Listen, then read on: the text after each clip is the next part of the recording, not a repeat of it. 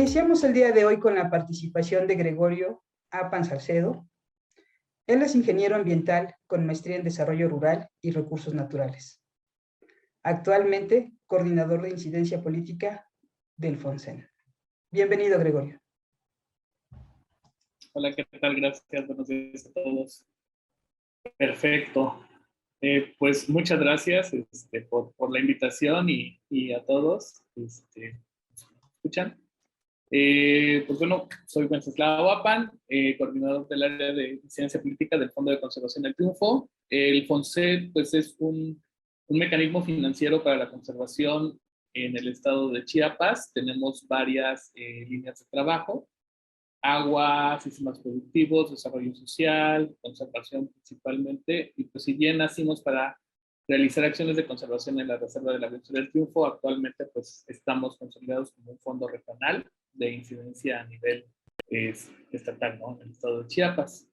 Y pues bueno, el día de hoy les voy a compartir pues más que nuestra experiencia en residuos, porque realmente tenemos muy poca, en el sentido de que nuestros proyectos en campo pues sí tocan un poco el tema, pero pues más bien es una cuestión de reflexión bajo el contexto de trabajo en áreas naturales protegidas, de cómo hemos visto la dinámica de los residuos sólidos y cómo estos principalmente han sido la punta de una problemática principal pues para poder atenderla a través de diferentes acciones de gobernanza. Entonces, pues mi presentación está dividida en dos fases. Por un lado, hablarles sobre la dinámica general de los residuos sólidos y en particular un trabajo que me parece muy interesante de un colega, se llama Julio César Figueroa Sánchez, que es un estudio de gobernanza sobre residuos sólidos en la Reserva de la Biosfera de la Sepultura, como parte de su trabajo de maestría, y pues me permitió compartirles este documento,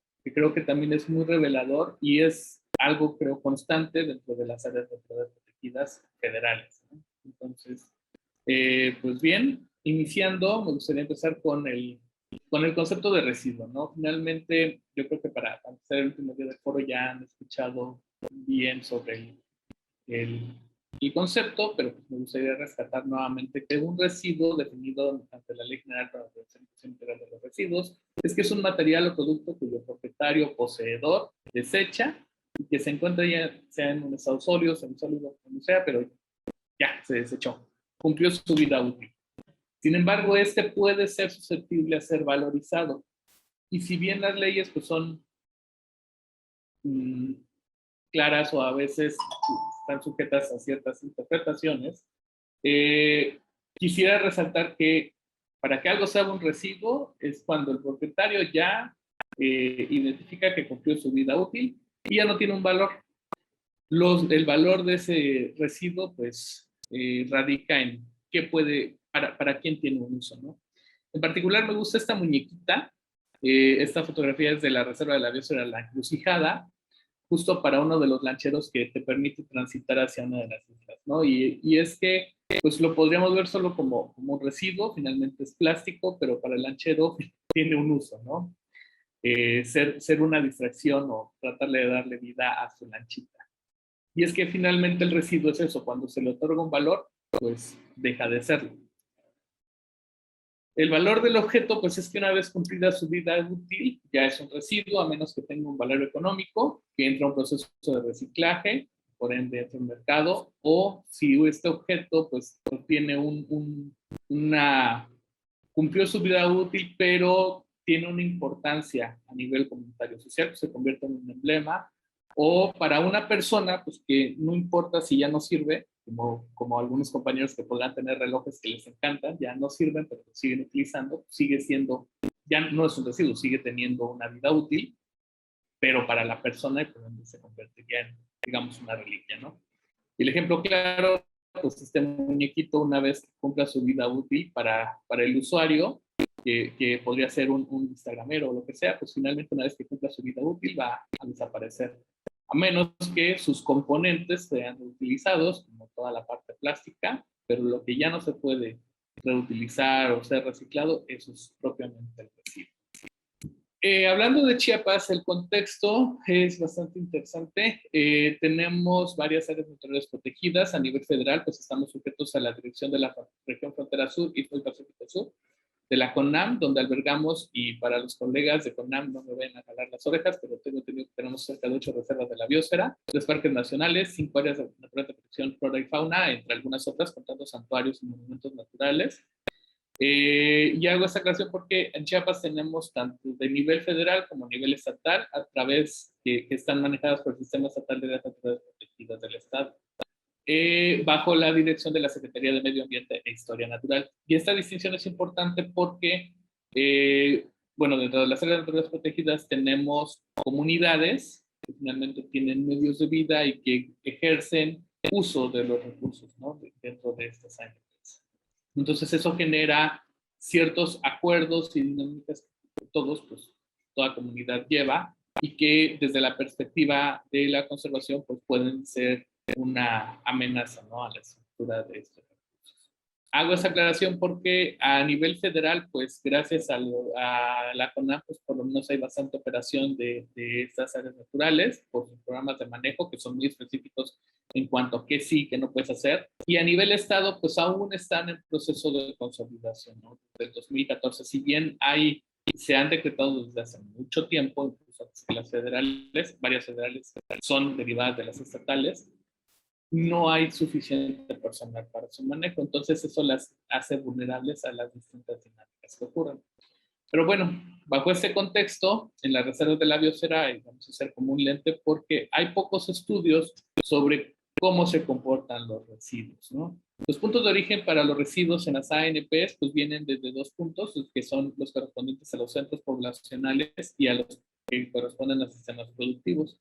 Y su dinámica parte de cómo los bienes de consumo a nivel familiar pueden ser para satisfacer alimentación, vestimenta, construcción de las casas, educación o salud, una vez que cumplen su vida útil, comienzan a quedar relegados y se convierten en este problema de residuos al interior de áreas naturales protegidas dentro de los centros poblacionales, pero también los residuos que derivan de los sistemas productivos agropecuarios. Generalmente en las ANPs esto ocurre. Pueden ser residuos por agroquímicos, semillas comerciales,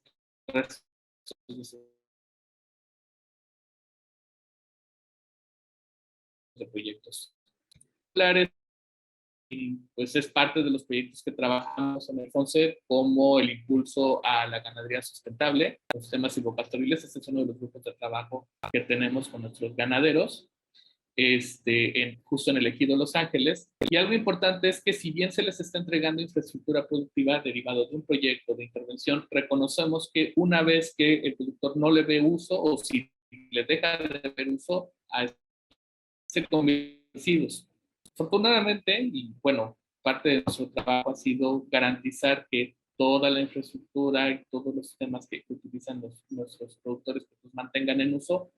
Ellos han sido a la fecha pues como punta de lanza para intercambios de experiencia por el uso de esas tecnologías. Ellos son un caso de éxito, sin embargo, dentro de ellos mismos, programas previos que no le ven función a una tecnología, finalmente se convierte en un residuo. Entonces, lo que quiero representar es que toda intervención territorial con tecnología, de cualquier tipo, es un potencial residuo a generarse dentro de una ANP. Y por ende va a requerir alguna estrategia de manejo. Generalmente, no siempre se toma en cuenta.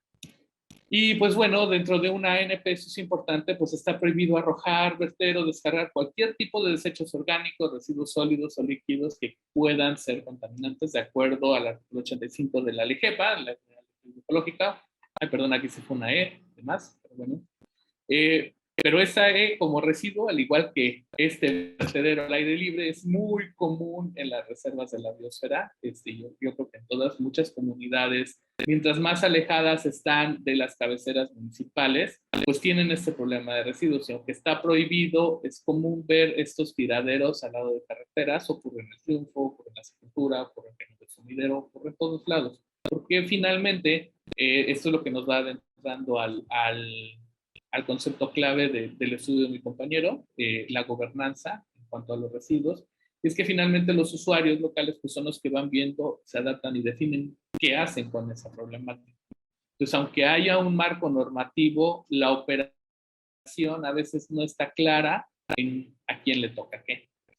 Entonces, una manera fácil de expresar la dinámica de los residuos sólidos en las ANP, pues es mediante un esquemita. Esta red creo que puede ayudar. Muchos las hemos visto de manera intuitiva. Pues un residuo tiene al menos 2 puntos de origen, desde el centro de consumo en el centro poblacional derivado de la misma producción local, el comercio, o si tenemos acciones de turismo de bajo impacto, no importa, pues también es una fuente de residuos, o por el otro, pues los sistemas productivos. En ambos casos, los residuos generados solamente no pasan por un proceso de tratamiento, de transferencia, bueno, muy pocas veces lo hacen, pero llegan a una disposición final que puede ser a un tiradero al aire libre, como tal vimos en la fotografía anterior, o pues en algunas ocasiones se llega a enterrar y aquí no pasa nada, ¿no? Por el otro lado, en cuanto a la disposición final, también puede ser una quema en tiraderos al aire libre, que por mucho tiempo llegó a suceder antes del decreto de las ANPs. Algunos pequeños programitas de reutilización o reciclado de residuos, principalmente en el caso de los residuos agrícolas, creo que eso es uno de los que es posible trazar un poquito más, con la presencia de actores como Amocali, quienes tienden a hacer el manejo de estos envases de agroquímicos, al menos para que no lleguen a los ríos. Tienen algunas estaciones de transferencia, pero pues no está masificado, no está escalado en casi todas las reservas. Generalmente son por pilotajes y hay acuerdos con los municipios para poder hacer ese tipo de trabajos. Porque finalmente los municipios son los que tienen la facultad y los que tienen la responsabilidad del manejo de los residuos sólidos que se generan en esta jurisdicción. Entonces también eso es importante ponerlo porque pues no es labor ni de CONAM ni de la Federación, bueno, la Federación Financiera, pero no de las secretarías o comisiones que manejan una ANP. Eso corresponde al municipio y eso genera ciertos acuerdos comunitarios. Y es así que pues les comparto de manera rápida el estudio de caso de gobernanza de los residuos sólidos en el ejido de Los Ángeles, el cual es que forma parte de la cuenca alta del río Tablón, en la zona de amortiguamiento de la Reserva de la Sepultura. Y esta cuenca en particular, la dinámica social, ha sido ampliamente investigada desde cómo ha cambiado el proceso agrícola, pecuario, el manejo de resina, pero muy poco se ha abordado en cuanto a residuos. Este es de los pocos trabajos que hay, no es el único, creo, al menos reportado a ese nivel, en el que pues hacen un análisis de qué ocurre con los residuos, a dónde van, cuál es la decisión de los locales en cuanto a qué hacer con estos residuos, ¿no? Entonces, pues Figueroa hizo un estudio mediante encuestas a pobladores del ejido Los Ángeles. Este es un croquis del ejido. Y lo que él hizo fue mapear básicamente algunos de los puntos focales de los residuos. Vemos justo los tiraderitos al aire libre bueno, de los residuos generados en la comunidad, que generalmente tienden a ser pues los de bienes de consumo primario, para alimentación o residuos de construcción. Y en el caso de los residuos agrícolas, particular por agroquímicos, pues bueno, a veces tienden a parar aquí o se quedan en los vertederos. Y pues el estudio básicamente trató de identificar qué ocurre con estos residuos, qué pasa, ¿no? Pues por lo menos hay una separación mediante un cuarteo de los residuos generados, pues por lo menos identificaron más o menos qué porcentaje corresponde a PET. ¿Qué hacen? Pues lo separan y el resto se entierra o se quema.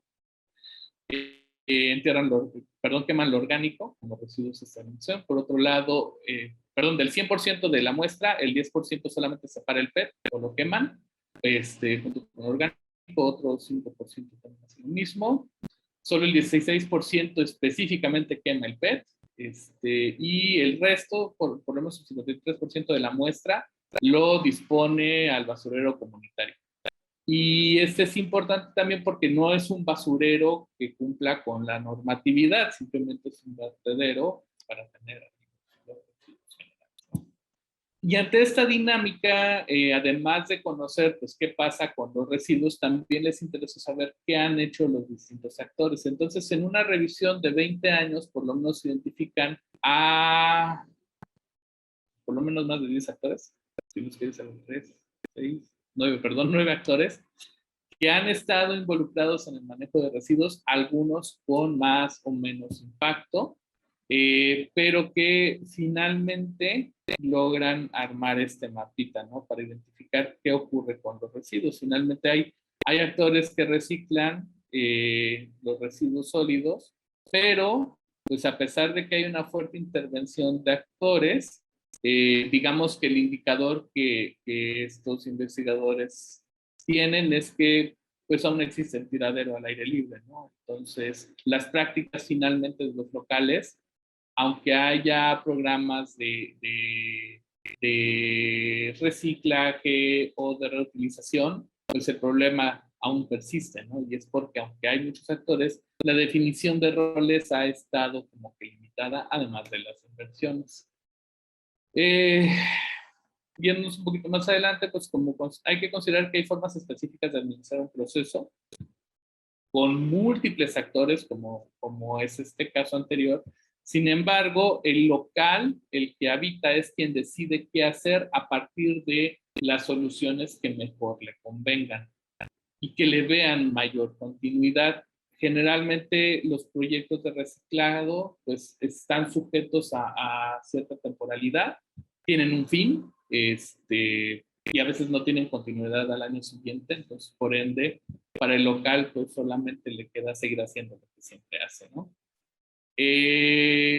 Pero también hay un fuerte desconocimiento de los locales sobre a quién le toca generarle las mejores condiciones. En este caso, el Estado es quien debe de garantizar las mejores condiciones de manejo de los residuos a partir de específicamente a nivel municipal. Sin embargo, las mismas políticas neoliberales han hecho que terceros, privados, sean los que estén impulsando también estrategias de manejo de residuos. Entonces, pues, el productor tiene tantos, bueno, el productor no, el habitante de la comunidad tiene tantos actores que luego no saben qué hacer, más que quedarse con las prácticas de siempre.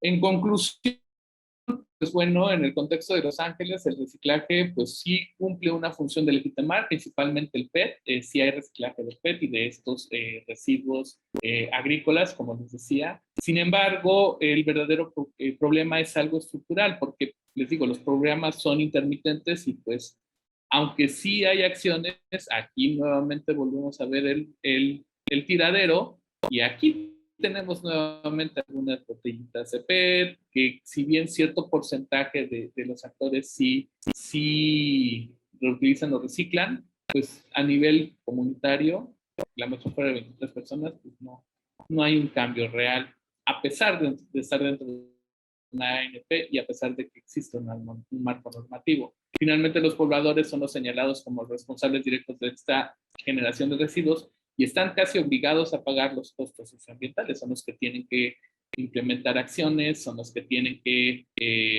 pues hacer todo este cambio social, incluso hasta invertirle. Entonces, pues quedan como preguntas al aire, ¿no? Si hay muchos actores, entonces a lo mejor no es un problema en el punto de generación, sino es más atrás. Implica cambiar patrones de consumo. Entonces, los cambios en los patrones de consumo dependen mucho de conocer la historia del sitio. Entonces, si bien ahorita hice una revisión muy general y conclusiones generales de estos actores, les recomiendo que revisen este trabajo que se llama Gobernanza de los Residuos Sólidos, en el caso de la sepultura, mucho más a profundidad, a interpretar más cosas. Les dejo el link también en la presentación para que lo puedan descargar. Es de libre acceso. Y es de los pocos trabajos que hablan sobre la historia de la comunidad y también cómo esto está influyendo en el comportamiento de la decisión de los residuos. Finalmente, esa es la dinámica de cómo ocurre, de cómo se van cambiando o disponiendo finalmente los residuos en campo. Muchas gracias y pues les dejo mis datos de contacto por cualquier duda o aclaración.